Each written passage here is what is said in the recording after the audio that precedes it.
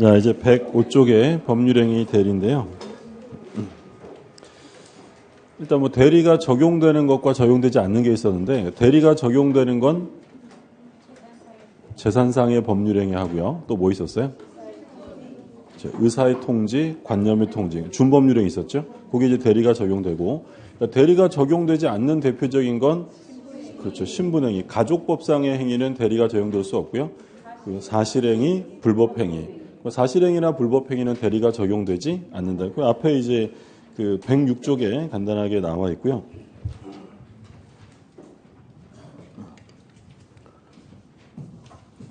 맨 끝이에요. 우리가 이제 대리를 보는데, 그러니까 대리는 삼면관계로 돼 있었죠. 그러니까 맨 위에 있는 사람이 본인, 그리고 이제 여기가 대리인. 그러니까 대리인과 법률행위 한 사람이 상대방 이렇게 돼 있어요. 그래서 이제 우리가 공부하는 게 일단 요 본인과 대리인의 관계, 여기서 이제 우리가 대리권을 보는 거죠. 대리권. 대리권에서는 이제 대리권이 뭐냐라는 의의가 나오고, 그리고 대리권의 발생 원인을 공부하게 되죠. 그리고 대리권이 발생하면 어디까지 할 수 있느냐? 대리권의 범위가 나와요. 근데 대리권을 무제한 인정해주면 본인이 피해를 볼 수 있잖아요. 그래서 이제 대리권을 제한하는 모습이 나오죠. 그리고 일정한 경우에는 대리권이 소멸되는 경우도 있어요. 이게 이제 우리가 본인과 대리인 사이에서 발생하는 대리권에서 살펴보는 거고요. 그러면 이제 대리권을 가진 자가 상대방과 법률행위를 한다. 이걸 우리가 이제 대리행위라고 부르죠. 그럼 대리행위를 할 때는 본인에게 효과가 귀속되게 해야 되잖아요. 그러면 대리인이 자기 이름으로 하면 안 되고 본인을 위해서라는 걸 표시해 줘야죠. 그걸 우리 뭐라고 불렀어요? 현명주의죠. 현명주의가 나오고, 두 번째는 대리인이 대리행위를 했는데 그 대리행위에 하자가 있어요. 그럼 이때 하자를 판단하는 기준이 본인이냐 대리냐를 우리가 살펴봤죠. 특별한 얘기 없으면 다 누구였어요? 대리인. 그게 이제 대리행위의 하자에서 나와요. 근데 대리권을 가진 사람이 그 대리권을 정상적으로 쓰지 않고요. 자기나 제3자 이익을 위해서 배임적 행위를 하는 경우가 있었어요. 그걸 대리권의 남용이라고 불렀죠. 그리고 이제 마지막으로 이제 공부하는 것이 대리인의 능력. 대리인의 능력. 우리가 뭐 본 것처럼 대리인은 행위 능력자임을 요하지 않는다. 근데 대신 행위 능력은 필요 없지만 의사 능력은 있어야죠. 그래서 이렇게 행위를 하게 되면 그 효과는 본인에게 직접 귀속이 되죠. 효과가 귀속이 되고.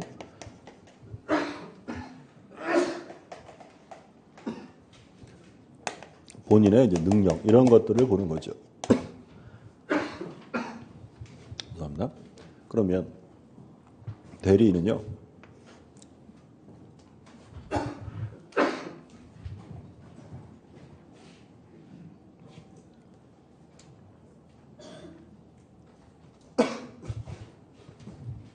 아마 울면서 수업하는. 그러니까 대리인은 의사 능력은 있어야 한다고 했는데 본인은 효과만 귀속받으면 되니까 얘는 뭐만 있으면 된다 그랬어요? 권리 능력, 의사 능력도 필요 없다라고 했죠. 교재 한번 볼게요. 일단 107쪽에는 뭐 기초적인 내용이 나오죠. 대리의 종류라고 해서 1번에 임의대리와 법정대리, 2번에 능동대리와 수동대리.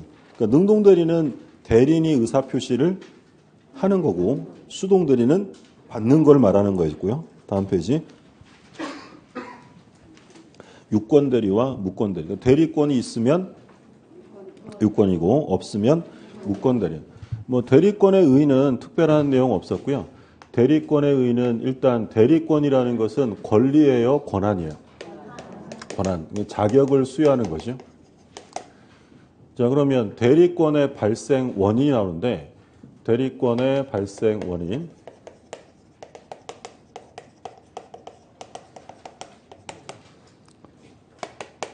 법정대리하고 임의대리가 있죠. 자, 법정대리는 대리권이 발생되는 것이 무엇에 의해서라고 했냐면 법률 규정. 근데 임의 대리는 수권행위. 그러니까 본인이 대리권을 수여함으로써 대리권을 갖게 되는 게 바로 임의 대리였고요. 그러면 이 수권행위의 성질을 보면 수권행위는 일단 법률 행위예요, 아니에요? 당연히 법률 행위죠. 우리가 공부하는 건 법률 행위 아니면 법률 규정이잖아요. 그럼 법정 대리가 법률 규정이니까 수권 행위는 의사 표시로 하는 거죠. 법률 행위인데 우리가 법률 행위라고 하면 대표적으로 계약 단독 행위가 있었어요. 그럼 수권 행위는 계약이에요, 단독 행위요? 단독 행위죠. 단독 행위. 일방적으로 대리권을 수여한다라고 있고요. 그리고 대리권을 수여할 때는 방식의 제한은 없습니다. 불요식이죠. 불요식 행위. 뭐 보통은 위임장을 작성해서 이렇게 주는 게 보통이지만 꼭 그렇게 해야 되는 게 아니라 뭐 말로 해도 상관없는 거고요. 그리고 수권행위는 원인된 법률 관계와는 다른 개념이죠. 원인된 법률 관계와 구별이 된다. 그래서 이걸 수권행위의 독자성이다라는 말을 썼어요. 그러니까 예를 들어 대리권을 수여하기 전에 예를 들어 고용계약을 먼저 한다든지 또는 뭐 도급계약을 한다든지 위임계약을 한다든지 그걸 뭐라고 불렀냐면 원인된 법률. 이제 그림으로 보면 이렇게 되는 거죠. 갑이 을에게 대리권을 수여하는데 아무 이유도 없이 아무한테나 대리권을 주는 게 아니라 갑과 을 사이에 무슨 고용계약을 했다든지 위임계약 이런 내부적인 계약을 했기 때문에 대리권을 주는 거야. 그래서 요 고용이나 위임계약 등을 뭐라고 불렀냐면 원인된 법률관계라고 불렀죠. 또는 다른 말로 기초적 내부관계라는 말을 쓰기도 했어요. 그럼 만약에 이 원인된 법률관계가 소멸되어지면 대리권만 남아요? 대리권도 소멸해요? 대리권도 소멸하죠. 그러면 원인된 법률관계의 종료로서 대리권이 소멸하는 것은 법정 대리에도 동일하게 나와요? 임의 대리에만 나와요? 임의 대리. 그래서 우리가 봤던 임의 대리에만 나오는 특유한 소멸 사유가 두 개 있었어요. 첫 번째가 원인된 법률관계의 종료. 또 하나는 뭐였어요? 수권행위의 철회. 요거는 법정 대리에서는 나올 수 없는 말이죠. 대리권의 발생 원인은 뭐 특별하게 시험에 막 나오고 이런 내용은 아니고 기초 개념으로 한번 본 거고요. 그 다음에 이제 대리권의 범위가 나오죠. 그럼 대리는 어디까지 행위를 할 수 있느냐라는 건데 일단 법정 대리는 뭐 볼 거 없고요. 법정 대리는 범위를 뭘로 정하겠어요? 법률로 정하죠. 그러니까 얘는 볼 거 없고 우리가 공부하는 건 이제 임의 대리인데 임의 대리인의 대리권의 범위는 무엇으로 정하냐면 수권행위를 통해서 수권행위를 해석하게 되죠. 근데 여기서 이제 중요한 판례가 나왔는데 이 수권행위를 해석할 때 그 대리권이 있으면 어디까지 인정해 줄 거냐라는 건데요. 시험에 계속 나왔던 것은 매매계약에 대리권이 수여되었다면 그 대리인은 중도금이나 잔금과 같은 대금을 수령할 권한이 있어요, 없어요? 있죠. 대금 수령 권한이 인정된다라고 했고요. 또한 포괄적 매매에 대해서 포괄적 대리권이 있다라고 하면 이 포괄적 대리권자는 대금 지급기일을 뭐 할 수 있어요? 연기해 줄 권한도 있다. 뭐 이게 두 개가 핵심이었고 또 중요한 게 뭐 있었냐면 계약 체결의 대리권이 있어요. 그럼 계약 체결의 대리권이 있으면 체결된 계약을 해지할 권한이나 또 취소할 권한이 있어요, 없어요? 없죠. 그러니까 계약 체결의 대리권이 있었다면 계약이 체결되는 순간 대리권은 소멸되는 거야.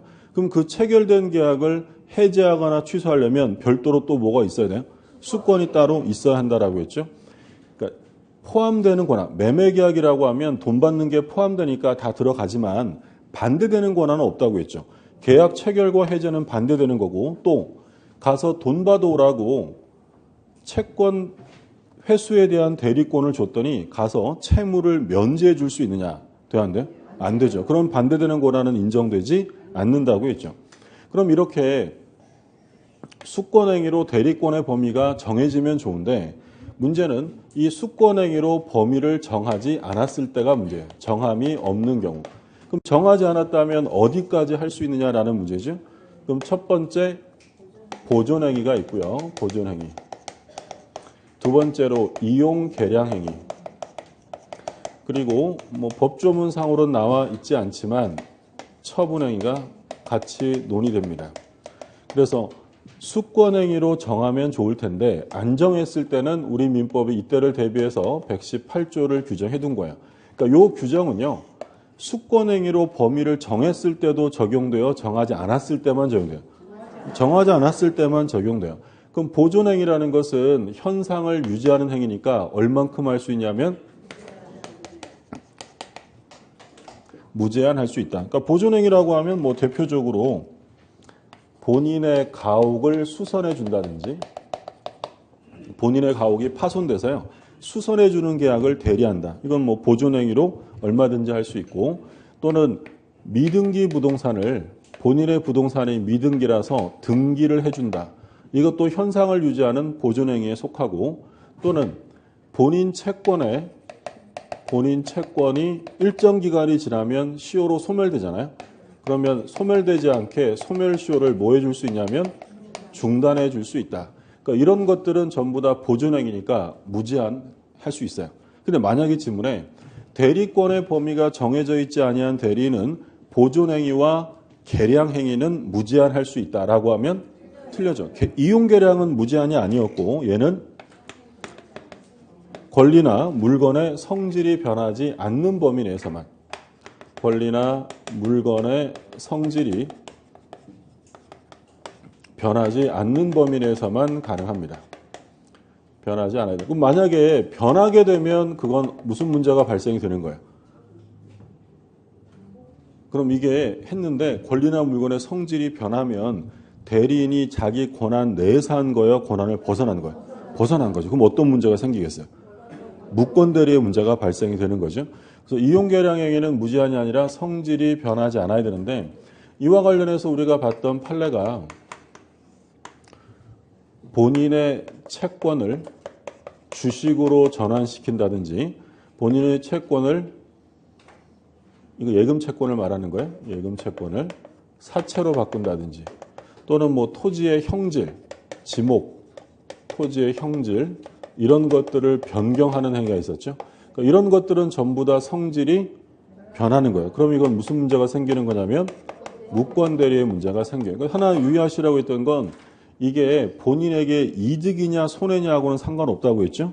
그러니까 본인의 예금을 주식으로 바꿨는데 주식이 매일 상한가 치고 올라갔다. 유권 대리예요? 무권 대리예요? 그래도 무권 대리죠.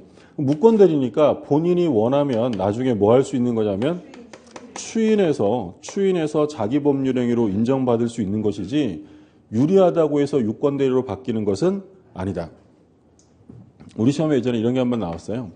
갑이 을한테 무이자 소비대차로서 채권이 있어요.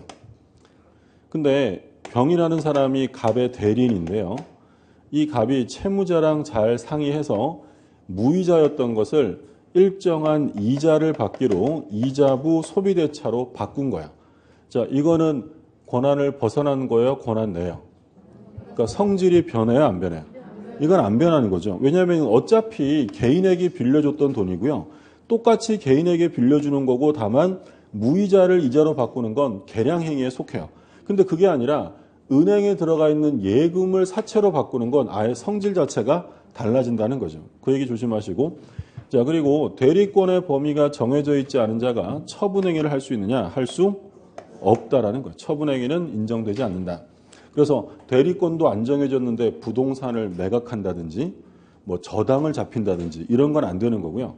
근데 이것과 관련해서 하나 주의하실 점 뭐가 있었냐면 부패하기 쉬운 물건에 매각. 부패하기 쉬운 물건을 매각한다라고 하면 이건 실질은 어디에 속하는 거예요? 이건 처분행위가 아니라 보존행위에 속하는 거죠. 따라서 이건 얼마든지 할 수 있다라고 했죠. 요거 이제 조심하시라고 했고 교재 한번 볼게요. 일단 110쪽을 보세요. 110쪽에 그 밑에 판례박스 체크 플러스가 있죠. 거기에 2번 매매계약을 체결할 대리권을 수여받은 대리인은 특별한 사정이 없는 한 중도금이나 잔금을 수령할 권한도 있다. 대금 권한이 수령 권한이 있고요. 3번 매매계약 체결과 이행에 대한 포괄적 대리권자는 매매대금 지급기일을 연기해 줄 권한도 있다. 이 두 가지가 중요하고, 그리고 일단 대금 지급 연기해 줄 권한은 어떤 말이 나와야 되냐면 그냥 매매계약 대리권자가 아니라 앞에 뭐가 들어가 있어요? 포괄적이란 말이 들어가야 돼요. 포괄적 대리권자는 대금 지급기일을 연기해 줄 수 있고요. 4번 대여금을 수령할 대리권에는 대여금 일부를 면제해 줄 권한은 포함되지 않는다. 돈 받아오라고 했더니 가서 면제해 줄 수 있느냐? 그건 안 된다고 했고요. 5번 금전 소비대차 계약 및 담보 설정의 대리권을 가진 경우에 담보 설정 후 계약 해제권은 대리권 범위에 포함되지 않는다. 이건 줄여서 말하면 뭐예요? 계약 체결의 대리권이 있을 때 어떤 권한은 없다는 거예요. 해제권 없다. 그러니까 뭐 꼭 소비대차 계약뿐 아니고요. 매매계약도 마찬가지예요. 매매계약에 체결 대리권이 있다고 해서 체결된 계약을 해제할 권한은 없다라는 거죠. 그 얘기고. 6번 보시면 강제경매 절차에서 경매 입찰 대리권은 강제경매 신청 취하에 동의할 권한까지 포함되지 않는다. 가서 나 대신에 경락 좀 받아오라고 했더니 가가지고 경매 신청 취하에 동의해 줄 수 있느냐. 그런 권한이 포함되지는 않고요. 7번도 마찬가지 예금계약 체결을 위임받은 자가 가지는 대리권에 당연히 그 예금을 담보로 대출받거나 이를 처분할 수 있는 대리권이 포함되어 있는 것은 아니다. 예금계약 대리해달라고 했더니 예금계약 체결하고 그거 담보로 돈 빌려오고 있다 이런 얘기잖아요. 이런 건 인정 안 돼요. 이 박스에서 중요한 건 2, 3, 4, 5번이에요. 2, 3, 4, 5번 꼭 기억해 두시고. 그럼 문제는 이렇게 정하면 되는데 오른쪽에 보면 권한을 정하지 않았을 때 118조를 볼게요. 권한을 정하지 아니한 대리는 다음 각 호의 행위만을 할 수 있다. 제1호 보존행위, 제2호 대리의 목적인 물건이나 권리의 성질을 변하지 아니하는 범위에서 그 이용 또는 개량하는 행위라고 되어 있죠. 다음 페이지에 보시면 그게 표로 정리되어 있죠. 이 표는 다시 한번 꼭 확인을 좀 해두시고요. 그 다음에 대리권의 제한인데 조문 한번 볼게요. 124조. 대리는 본인의 허락이 없으면 본인을 위하여 자기와 법률행위 하거나 동일한 법률에 관하여 당사자 쌍방을 대리하지 못한다. 그러나 채무의 이행은 할 수 있다. 그러니까 지금 우리가 대리권의 범위 보고 대리권 제한이 나오는데 대리권 제한을 보시면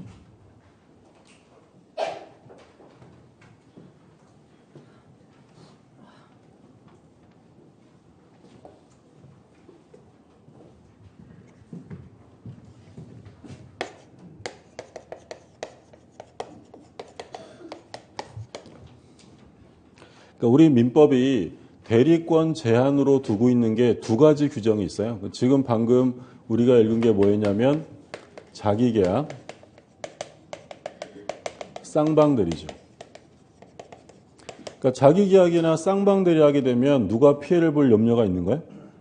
본인. 그러니까 자기계약은 뭐예요? 갑이 본인이 대리인한테 내 아파트 좀 팔아줘라고 대리권을 줬는데 자기계약이라는 건 그걸 누가 사는 거야?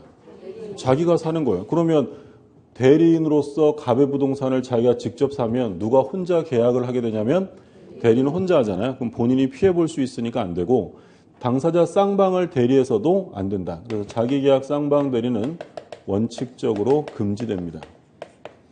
근데 예외적으로 허용되는 경우가 지금 두 가지 나왔어요. 첫 번째 본인의 허락. 그럼 본인이 허락했다면 뭐 당연히 할 수 있고요. 두 번째가 뭐냐면 채무의 이행은 할 수 있다. 근데 여기서 중요한 건 모든 채무가 아니라는 거야. 채무에 의해서 이때 가능한 채무는 다툼이 없는 채무를 말한다. 그러니까 완성된 채무만을 말하는 거지 분쟁이 발생할 수 있다면 이건 허용되어서는 안 되는 거죠. 그럼 대표적으로 다툼이 없는 채무로서 인정되는 거 뭐가 있었냐면 뭐 있었어요? 변제기가 도래한 채무. 변제기가 도래했다라고 하면 다툼이 없는 것으로 이행할 수 있는 거고요. 또 쌍방대리가 허용되는 대표적인 것으로 뭐가 있었냐면 등기 신청행위가 있었죠. 등기 신청행위.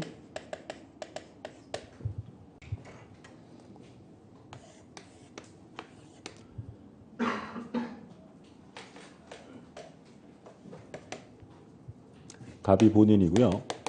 을이 대리인인데 대리인이 본인에게 1억 원의 채권이 있다. 그러니까 대리인이 본인한테 1억 원을 빌려줬는데 그게 변제기가 언제냐면 예를 들어 5월 14일이에요. 그러면 이제 변제기가 도래했으니까 대리인이 원래 얘가 금전을 출납할 대리권이 있을 때 자기 혼자 갑한테 가서 1억 원을 변제받아 올 수 있느냐. 그러니까 갑의 통장에서 1억 원을 혼자 인출해 갈 수 있어요? 없어요? 있다는 거죠. 그러니까 여기서 지금 1억 원의 채권이 있고 변제기가 도래했으니까 이건 완성된 채무를 말하는 것이니까 이행할 수 있다. 만약에 이때 얘가 1억 원을 안 받아가면 오히려 누가 피해를 볼 수도 있어요. 얘가 지연이자를 물어줄 수도 있잖아요. 그러니까 이런 건 얼마든지 할 수 있다는 거예요. 근데 만약에 변제기가 도래하지 않은 채무의 이행은 돼야 안 돼요? 안 되죠. 변제기가 5월 14일이 아니라 8월 14일인데 내가 오늘 돈 필요하니까 한 뭐 3달은 괜찮지 이러면서 받아가면 누가 피해 볼 수 있어요?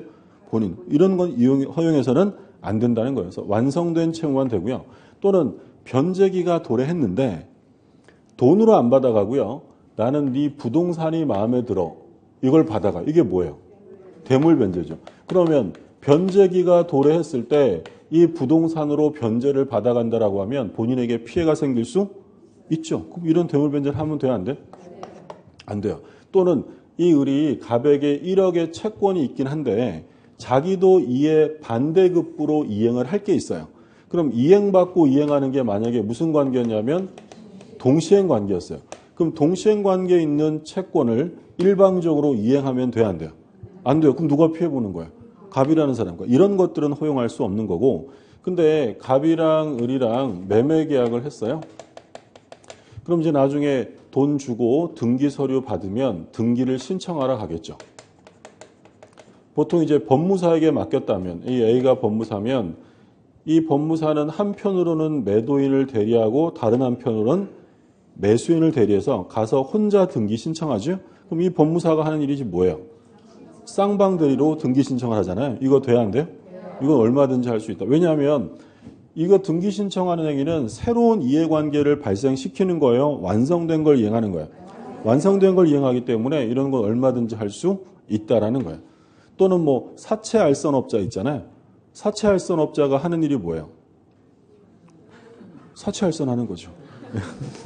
그러니까 예를 들어서 사채 알선업자가 있으면 이 갑이라는 사람이 알선업자한테 돈을 놓는 거예요.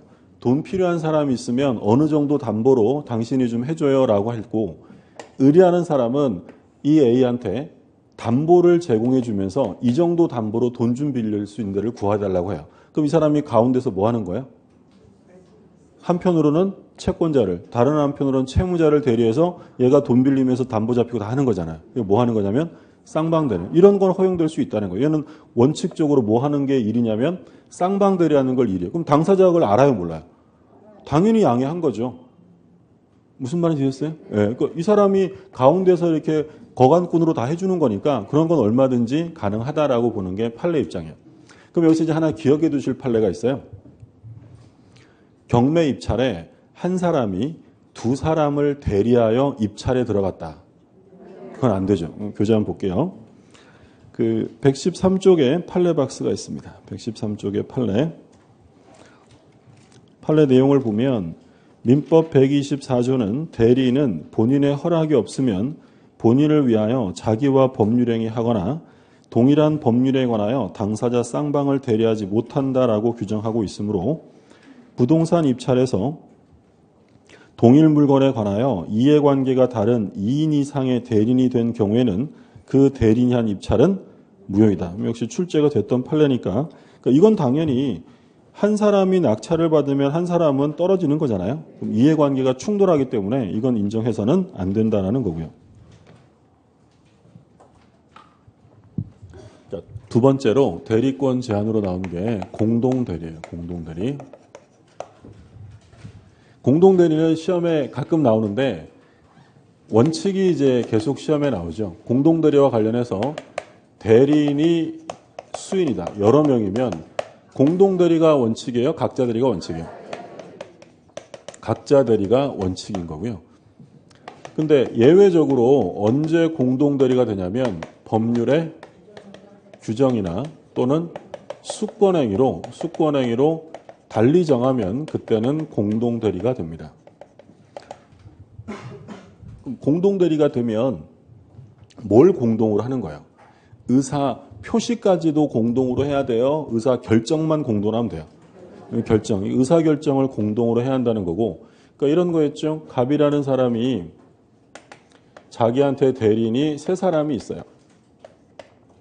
얘들아, 내 아파트 좀 팔아줘라. 이렇게 대리권을 수여했다면 원칙은 이 A, B, C가 공동으로 팔아야 돼요? 각자 하는 거예요? 각자 하는 거예요. 원래 뭐가 원칙이니까? 전부 다 대리권이 있으니까. 근데 갑이요. 야, 너희들 이번에는 좀 신중하게 같이 해. 라고 의사표시로 묶어버리면 그때 뭐가 되냐면 공동대리가 돼요. 그러면 요 A, B, C가 이 아파트를 을에게 팔겠다고 의사를 표시하는데 이걸 얼마에 팔까 토론한 끝에 5억 원에 팔기로 합의를 했어요. 이제 뭘 결정한 거냐면 가격을 공동으로 결정한 거야. 그러니까 지금 이때 결정을 공동으로 했다면 표시까지 다 같이 해요? 표시는 아무나 해도 될까요? 아무나 해도 돼요. 그래서 여기서 공동이라는 것은 의사 표시 공동을 말하는 게 아니라 의사 결정 공동을 말해요. 그러면 A, B, C가 의사를 결정해서 표시를 하는 거니까 대리인이 상대방에게 의사 표시를 하는 대리를 뭐라고 불러요? 능동대리. 그러면 능동대리의 경우에는 의사결정을 누가 하는 거예요? 대리인과 상대방이 있다면. 당연히 대리인이 하는 거죠. 그럼 이 경우에는 공동대리의 제한을 받습니다. 근데 이번엔 반면에 상대방이 대리인에게 의사표시를 합니다. 그러면 대리인 입장에서는 의사표시하는 게 아니라 뭐야? 받는 거죠. 그럼 이건 능동이 아니라 수동대리예요. 그러면 수동대리의 경우에는 의사결정을 하는 사람이 대리인이에요? 상대방이에요? 그러니까 지금 대리인은 상대방이 의사표시를 받기만 하는 거예요. 그러면 의사결정은 누가 했다는 거예요? 상대방이 한 걸 얘가 받는 거잖아요. 그러면 본인 보호라는 측면에서 볼 때 의사표시를 받을 때도요. 우르르 다 같이 받아야만 본인이 보호될까요? 받는 건 아무나 받아도 상관없어요. 상관없죠. 받는 걸 한 사람이 받든 전부 받든 내용이 달라지는 건 아니잖아요. 그러니까 공동대리의 제한이 있어도 수동대리의 경우에는 각자에도 상관없다라는 거고요. 근데 여기서 이제 공동대리가 시험에 나오면 핵심은 이거예요. 원칙은 대리인이 여러 명일 때 각자 대리를 원칙으로 한다라는 거죠. 그게 이제 대리권의 제한이고, 그 다음에 나오는 게 이제 대리권의 하자 나오죠. 소멸, 다음 페이지에 소멸 보시면 이건 뭐 설명이 필요한 부분이 아니라 좀 암기해 두셔야 되는 거죠. 임의대리와 법정대리의 공통소멸 사유가 있었어요. 공통소멸 사유는 본인의 사망, 대리인의 사망, 성년후원 개시, 파산 이렇게 있었죠. 조문 볼게요. 127조. 대리권은 다음 각호의 사유로 소멸한다. 제1호 본인의 사망, 제2호 대리인의 사망, 성년후견 개시, 파산. 그러니까 본인은 하나밖에 없어요. 본인은 사망 하나만 있죠. 대리는 세 개예요. 대리는 사망, 성년후견 개시, 파산. 여기에 무슨 뭐 한정후견 개시 이런 말 들어가면 틀리겠죠. 그래서 섞어가지고 뭐 아닌 거 고르시오 이런 거 나오니까 조심하시고요. 128조. 법률행위에 의하여 수여된 대리권은 전조의 경우 외에 그 원인된 법률관계 종료에 의하여 소멸한다. 그러니까 전조의 경우 외라는 건 전조는 127조 공통소멸 사유를 말하죠. 본인의 사망, 대리인의 사망, 성년후원 개시, 파산. 그러니까 이거 빼고 원인된 법률관계 종료에 의하여 소멸한다. 법률관계 종료 전에 본인이 수권행위를 처리한 경우에도 같다. 그래서 127조는 임의대리와 법정대리의 공통적인 소멸 사유를 규정했고요. 128조는 뭐 뒤에만 적용되는 거예요? 임의대리에만 나오는 소멸 사유 두 가지가 나왔죠. 봐주시고, 자, 오른쪽에 이제 현명주의를 보죠. 우리가 지금 본 게 대리권에 관한 내용들을 본인과 대리인 측면에서 여기까지 살펴본 거고요. 그 다음에 이제 대리행위예요. 그럼 대리행위는 제일 기본이 자기 이름으로 하면 안 되고 현명해야죠. 자, 조문을 볼게요. 114조이랑 대리인이 그 권한 내에서 본인을 위한 것임을 표시한 의사표시는 직접 본인에게 대하여 효력이 생긴다. 그래서 본인에게 직접 효력이 생기려면 본인을 위한 것임을 표시해야 한다. 이걸 우리가 줄여서 현명해야 한다라는 거고요. 그리고 그 권한 내에서라고 돼 있잖아요. 만약에 권한을 넘어가면 이건 무슨 문제가 생기는 거냐면 무권대리 문제가 생겨요. 그럼 본인에게 효과가 직접 가려면 권한 내에서 현명을 해야 되고요. 그러면 효과는 직접 갑니다. 직접. 그러니까 대리인에게 귀속되었다 가는 게 아니라 바로 본인에게 직접 귀속이 되고요. 2항. 전항의 규정은 대리인에게 대한 제3자 의사표시에 준용한다. 그러니까 이건 누가 의사를 표시하는 거예요? 대리인에게 하는 거니까 제3자가 하는 거죠. 그럼 이건 능동대리가 아니라 수동대리. 수동대리의 경우에도 성질이 허용되는 범위에서는 능동대리에 관한 규정을 준용하겠다라는 얘기죠.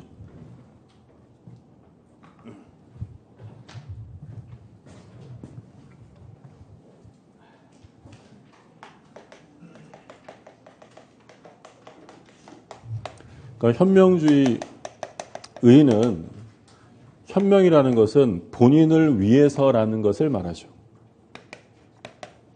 본인을 위해서. 이때 본인을 위해서라는 것은 무슨 본인의 이익을 위해서라는 얘기가 아닙니다. 본인에게 이익이냐 손해냐하고는 상관없고요. 본인을 위해서라는 건 본인에게 법률 효과를 귀속시키겠다라는 의미가 되겠죠. 그래서 이렇게 현명하면 효과가 직접 본인에게 귀속이 되는데 이때 현명할 때 방식의 제한이 있느냐? 방식의 제한은 없어요. 불요식 행위라고 했죠. 그러니까 방식의 제한이 없기 때문에 우리 판례가 어떤 사람이 자기 이름으로 법률행위를 했지만 본인의 위임장을 제시했다면 이것도 역시 대리행위지 타인물을 매매한 것으로 볼 수는 없다라고 했죠. 판례 기억나세요? 그러니까 지금 의리 병이랑 법률행위 할 때는 뭘 해야 된다고 했냐면 현명을 해야 되는데 현명을 안 하고 의리 계약서에 자기 이름만 적으면 이건 누구의 법률행위예요? 자기의 법률행위가 되잖아요. 근데 얘가 계약서에 자기 이름만 적었지만 본인이 자기에게 작성해 주었던 뭘 제시했다고요? 위임장을 제시했다면 이 경우에는 상대방이 얘가 대리인하는 걸 알 거 아니에요. 그럼 이거는 타인물, 남의 거를 팔아먹은 거예요? 대리행위로 인정이 돼요? 대리행위로 인정이 돼요. 그러니까 대리행위에는 방식의 제한이 없다라고 했고요. 더 나아가 우리 판례는 뭐라고 했냐면 대리권이 있다면 아예 누구 이름을 써도 본인의 이름을 써도 이 경우에 효과가 본인에게 귀속이 된다라고 보고 있죠. 판례 박스 한번 보세요. 판례. 115쪽에 현명의 방식 나와 있고요. 밑에 박스에 파란 글씨 보면 매매 위임장을 제시하고 매매 계약을 체결하는 자. 그러면 위임장 제시하고 계약을 했다면 이때는 뭘로 인정해 주는 거냐면 대리행위로 인정이 되고 다음 페이지 볼게요. 본인 명의를 사용한 경우 계약서에다가 아예 누구 이름만 써버린 거야. 본인 이름만 쓴 거야. 자기 이름 쓰지 않고. 그러면 내용을 보면 대리권이 있다면 대리관계를 표시함 없이 마치 자신이 본인인 양 행세하였다 하더라도 위 계약은 대리인이 그의 권한 범위 안에서 한 것인 이상 그 효력은 본인에게 미친다. 그럼 중요한 건 본인의 이름을 썼을 때 본인에게 효과가 귀속되려면 중요한 건 뭐야? 대리권이 있어야 돼요. 그러니까 대리권이 없는 사람이 남의 이름 쓰고 하는 건 대리로 인정 안 해주는 거고요. 지금 보시는 것처럼 대리권이 있는 사람이 자기 권한 범위 내에서 본인의 이름으로 했다면 그때는 인정해 줄 수 있다라는 거죠. 판례 기억나세요? 안 나시나 보네. 그러니까 그럼 만약에 본인의 이름을 써가지고요. 법률행위를 했다. 그럼 원칙적으로 이 경우에 표현대리가 적용될 수 있어요? 없어요? 갑이라는 사람이 본인인데 을이 아예 갑의 이름을 써서 갑인 것처럼 행사해서 계약을 했다면 표현 대리가 생길 수 있어요, 없어요? 없죠. 이거 뭐가 아니니까. 현명이 아니니까. 그렇죠. 129쪽을 볼게요. 129쪽.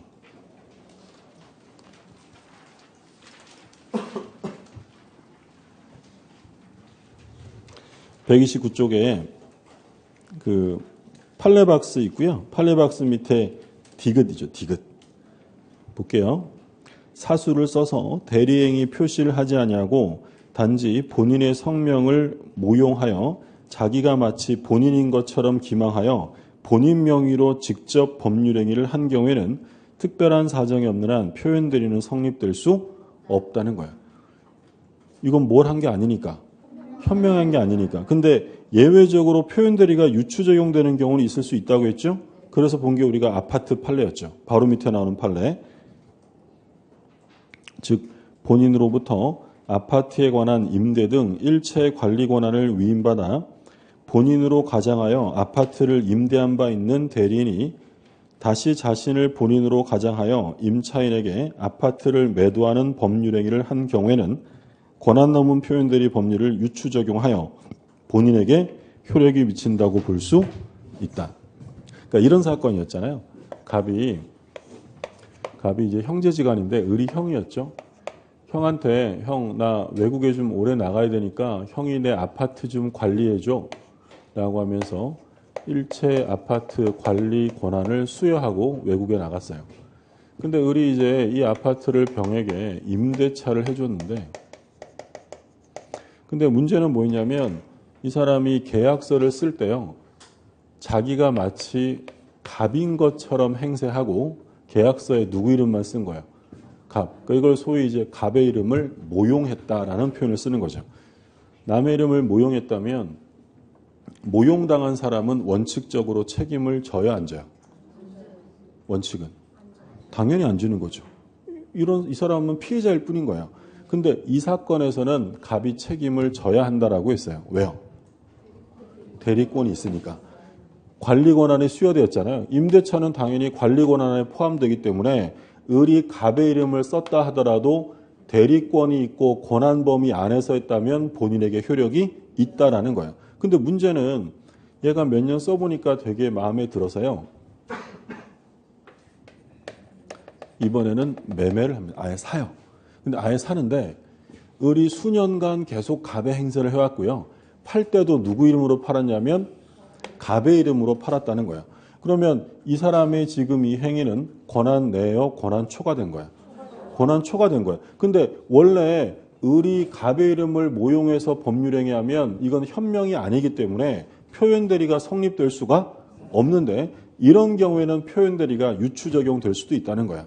얘한테 일단 뭐가 있으니까 기본 대리권이 있고 그리고 그 권한이 초과되었고 상대방에게 믿을 만한 정당한 이유가 있다면 그때는 126조가 유추 적용되어서 본인에게 효력이 인정된다라는 거죠. 이게 되셨어요? 그러니까 우리 이거 보면서 같이 본 게 뭐 있었냐면 그 아내 남친 사건이 있었잖아요. 아내가 남편 부동산을 처분하려고 하는데 아내가 남편 행세를 하기는 어려울 거 아니에요. 성별이 다르니까. 그래서 아내가 자기 남친한테요. 남자친구한테 야 네가 내 남편이라 그러고 팔어 이럽니다. 그래서 그 남자친구가 아내의 남편 이름을 모용하여 부동산을 처분한 사건이에요. 자, 이 경우에 표현 대리가 적용돼야 안 돼요. 아니 왜 안 될까요? 똑같이 모용을 했는데 현명을 하지 않았기 때문에 얘도 현명 안 한 거예요. 표현 대리 성립 안 하는 건데 얘랑 그 남자친구는 차이점이 뭐야? 그거예요. 기본 대리권의 문제예요. 얘는 기본 대리권이 있어요, 없어요? 있죠. 근데 아내 남자친구는 아예 기본 대리권 자체가 없기 때문에 표현 대리의 말이 나올 수가 없다는 거예요. 만약에 아내가 처분했더라면 여지는 있어요. 왜냐하면 아내는 뭐가 있으니까. 일상가사 대리라는 기본 대리권이 존재하잖아요. 그런 경우에는 예외적으로 가능할지 몰라도 일단 제일 기본적으로 표현 대리란 말, 월권 대리가 나오려면 최소한 기본 대리권은 있어야 한다는 거예요. 자, 그러면 현명을 안 하면 어떻게 하느냐?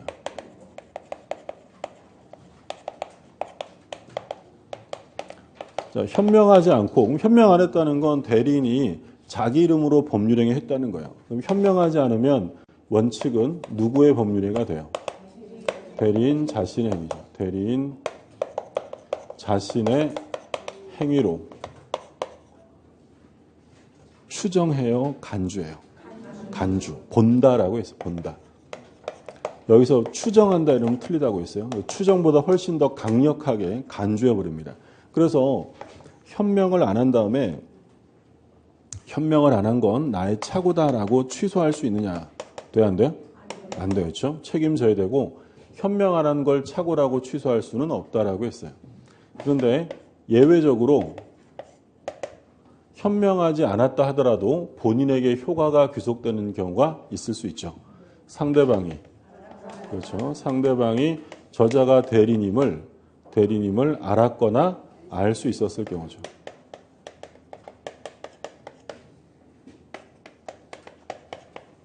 알았거나 알 수 있었을 경우.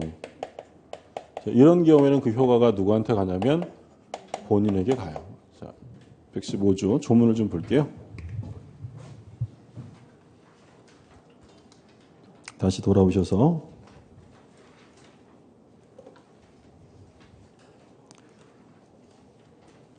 116쪽을 보시면 116쪽에 115조가 나옵니다. 현명하지 않은 행위 효력인데 대리인이 본인을 위한 것임을 표시하지 아니한 때에는 그 의사표시는 자기를 위한 것으로 본다.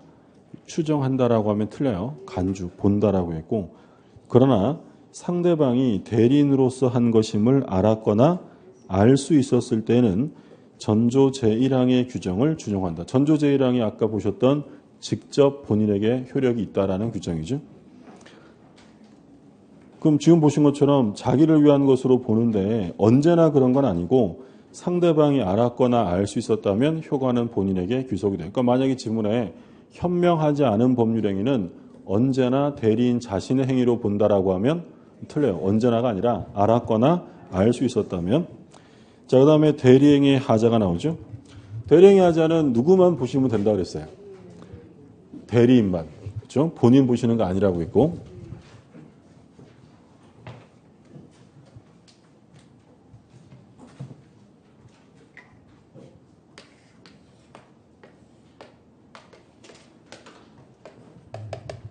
갑이 본인, 을이 대리인인데, 자, 이 병이라는 사람이요. 이 대리인에게 의사표시를 했는데, 그게 비진의 표시였어요. 비진의 표시.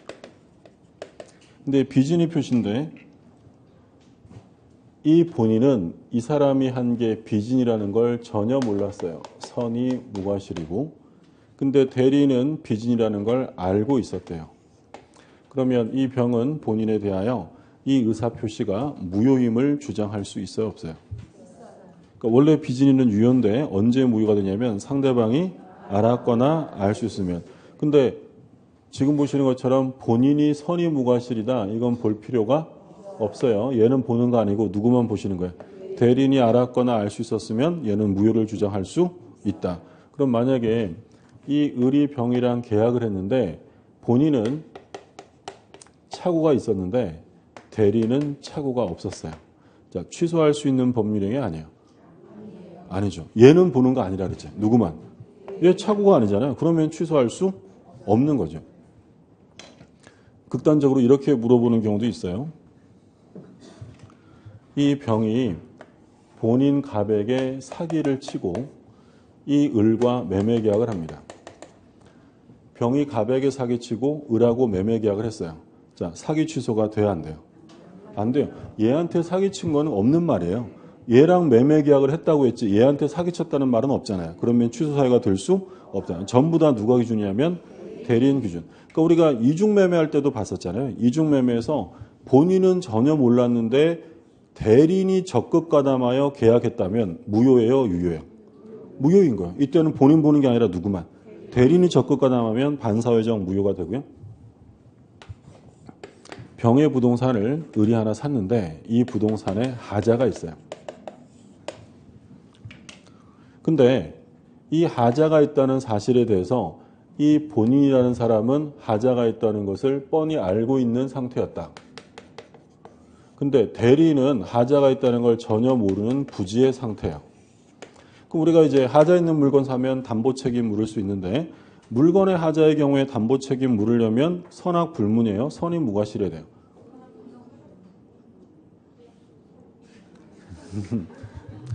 그 물건의 하자에 대한 책임을 묻는 게 이제 하자 담보 책임이죠. 물건의 하자의 경우에 담보 책임 물으려면 선이 무과실까지 갖춰야죠. 권리의 하자가 있고 물건의 하자 있잖아요. 제가 그때 저번에 수업하면서 그랬죠. 담보 책임 수업하면서 제가 이렇게 열심히 수업하는데 눈빛이 찢고 말리라 이런 담보 책임도 별로 안 어려워요. 그러니까 권리의 하자랑 목적물의 하자가 있는데 권리의 하자는 선의하기 이렇게 나눴었어요. 행사기간은 얼마예요? 권리하자 행사기간 1년이죠. 그리고 경매에서의 담보 책임도 물을 수 있고요. 예. 근데 물건의 하자 가면 권리의 하자랑 다른 점은 뭐냐면 일단 선이 무과실해야 돼요. 무과실까지 갖춰야 되고 행사기간은 1년이 아니라 6개월로 단축되고요. 그리고 경매에서의 담보 책임을 물을 수 없어요. 그럼 예를 들어서 객관적으로 명백한 하자를 알지 못하고 매수했다. 물건의 담보 책임 물을 수 있어요, 없어요? 객관적으로 명백한 하자를 알지 못하고 물건을 샀다면 물건에 대한 하자 담보 책임 물을 수 있어요, 없어요? 없어요. 알지 못했어도 객관적으로 명백한 하자를 알지 못했다는 건 뭐가 있다는 거예요? 과실이 있다. 그럼 못 묻는 거예요. 물건의 하자는 선이 무과실까지 갖춰야 물을 수 있고 지금 뭐 그 얘기를 자세하게 할 건 아니고요. 하자가 있다는 것을 본인은 알았고 대리는 몰랐어요. 그럼 담보 책임 물으려면 몰랐어야 될 거 아니에요. 근데 본인은 뻔히 알았고 대리인이 몰랐다. 담보 책임 물을 수 있어요, 없어요?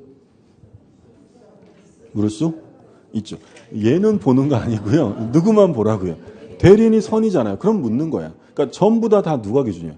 그러니까 본인이 어쨌다 저쨌다 이런 건 다 그냥 꼬드기는 지문에 불과한 거고 얘만 보시면 돼요. 그래서 전부 다 대리인 기준인데 우리가 공부한 것 중에 본인 기준이 있었잖아요. 궁박. 백사조에서 불공정 행위죠. 백사조에서 궁박은 누가 기준이냐면 본인. 경솔무경험은 대리인 기준이죠. 그래서 이게 시험에 잘 나올 수밖에 없다고 했죠. 다른 건 전부 다 대리인 기준이고요.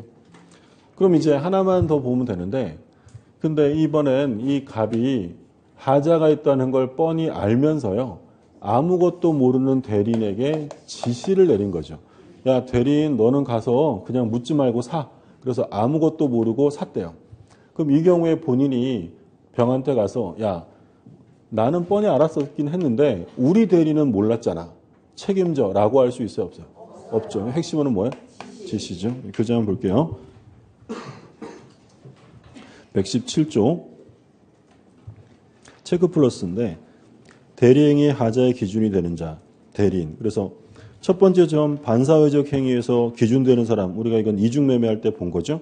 본인은 몰랐어도 대리인이 적극 가담하면 반사회적이고요. 두 번째 착오에서 기준이 되는 자에 대한 사례. 역시 누가 기준이냐면 대리인. 대리행위의 하자 유무는 대리인을 기준으로 하므로 대리인에게 착오가 없는 경우 본인의 착오가 있더라도 취소할 수 없다. 자, 근데 괄호 2번의 예외, 이게 2항이죠. 특정한 법률 행위를 위임한 경우에 대리인이 본인의 뭐에 따라서요? 지시에 따라 그 행위를 한 때는 본인은 자기가 한 사정 또는 과실로 인하여 알지 못한 사정에 관해 대리인의 부지를 주장하지 못한다. 근데 뻔히 알았거나 알 수 있었는데 우리 대리인 몰랐어라고 주장할 수 없다는 거예요. 왜냐하면 자기가 뭐 했으니까? 지시했으니까. 그렇죠? 그 얘기고요. 그 다음에 대리권의 남용. 대리권 남용하면 뭐가 이게 같이 딱 떠올라야 한다 그랬어요? 비진이 단서. 비진이 표시 단서. 유추적용설이죠. 그것만 기억하시고.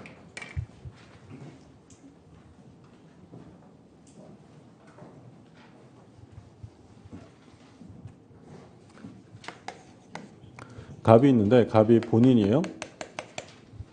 근데 을이라는 사람이 대리인으로 있어요. 이 갑이 대리인 나 부동산 좀 팔아줘 라고 대리권을 수여했습니다. 이제 대리인이 병이라는 사람에게 이 부동산을 팔았죠. 그러면 이 을은 얘한테 대금을 받았는데 이 매매계약의 대리권자는 대금을 수령할 권한이 있어요, 없어요? 있죠. 아까 우리 범위에서 봤죠. 그러면 얘가 이 돈을 본인에게 줘야 되는데 본인에게 안 주고 들고 도망갔어요. 그러니까 얘는 처음 계약할 때부터 내가 돈이 필요하니까 이번엔 내가 좀 써야지 이러면서 가버렸다. 그러면 이 사람은 대리권이 있지만 본인을 위해서가 아니라 자기나 제3자 이익을 위해 배임적 행위를 저지른 거야. 그걸 뭐라고 불러요? 대리권의 남용. 그러니까 문제에서 대리권의 남용이다라고 그냥 정확하게 써줄 수도 있지만 그냥 용어를 풀어 쓰는 경우도 있다고 했어요. 대리인이 자기나 제3자 이익을 위한 배임적 행위를 했다면 그걸 뭘 말하는 거야? 남용을 말해요. 그러면 이 경우에 원칙은 본인 갑이 책임져야 안 져도 돼요. 그러니까 얘가 지금 대금 다 대리한테 줬잖아요. 그럼 병이 나 대금 다 완납했는데 등기서류 주세요 이러면 갑이 그 돈은 우리 대리인이 들고 도망갔으니까 한 번 더 주시면 줄게요. 돼 안 돼? 당연히 책임져요. 얘 무권 대리예요. 대리권 있어요. 대리권 본인이 책임을 져야 돼요. 근데 언제나 본인이 책임을 져야 한다면 얘한테도 좀 가혹하잖아요. 그래서 이 상대방이 을하고 계약을 할 때, 돈 줄 때 얘가 대리권을 남용하고 있다는 사실을 알았거나 알 수 있었으면 무효다. 그게 바로 비진이 단서죠. 비진이 단서를 유추 적용한다. 교재 보세요. 한 장 넘겨보면 박스에 체크 플러스 대리권 남용에 관한 판례의 견해 이렇게 되어 있죠. 비진이 단서 유추 적용. 그래서 둘째 줄에 제3자 이익을 위한 것이고 상대방이 그 사정을 알았거나 알 수 있었다면 본인은 아무런 계약상 책임을 지지 않는다. 자, 대리인의 능력 나오는데 행위 능력자일 필요는 없어요. 그러니까 만약에 대리인이 미성년자였다. 취소할 수 있어요? 없어요? 없어요. 그게 바로 117조죠. 대리인은 행위 능력자임을 요하지 않습니다. 그런데 넷째 줄에 대리인은 적어도 의사 능력은 있어야죠. 의사 결정은 해야 되니까. 그래서 의사 능력은 있어야 되고 만약에 의사 능력이 없다면 그건 무효가 된다고 했죠. 그리고 밑에 2번에서도 제한 능력자인 대리인이 상대방과 한 대리 행위도 완전한 행위이므로 본인이나 대리는 제한 능력을 이유로 취소할 수 없다. 그러니까 대리인이 제한 능력자라 하더라도 그건 완전히 유효한 법률 행위다. 누구도 취소할 수 없다라고 했죠. 문제 한번 볼게요. 틀린 것입니다. 1번 대리인에게 대한 본인의 금전 채무가 기한이 도래한 경우 대리인은 본인의 허락 없이 그 채무를 변제하지 못한다. 자, 지금 기한이 도래했죠. 그럼 이건 다툼이 있어요? 완성된 거야? 완성됐죠. 그럼 할 수 있습니다. 1번 바로 정답이고요. 2번 금전 소비대차 계약과 그 담보를 위한 담보권 설정 계약을 체결할 권한이 있는 임의 대리는 특별한 사정이 없는 한 계약을 해지할 권한까지 갖는 것은 아니다. 계약 체결할 수 있다고 해서 해지할 권한이 있는 건 아니다라고 했죠. 3번 매매계약 체결의 대리권을 수여받은 대리는 특별한 사정이 없는 한 중도금과 잔금을 수령할 권한이 있다. 계속 나왔던 판례. 4번 대리인이 수인인 때는 각자가 본인을 대리하지만 법률 또는 수권행위에서 달리 정할 수 있다. 그러니까 원칙이 뭐라고요? 각자 대리 원칙이고 5번 권한을 정하지 않은 대리는 보존행위를 할 수 있다. 얼만큼 할 수 있어요? 무제한. 자, 그 다음에 이제 효과는 본인에게 귀속된다는 건 한번 보시면 되겠고요. 복대리는 좀 쉬었다가 보시죠.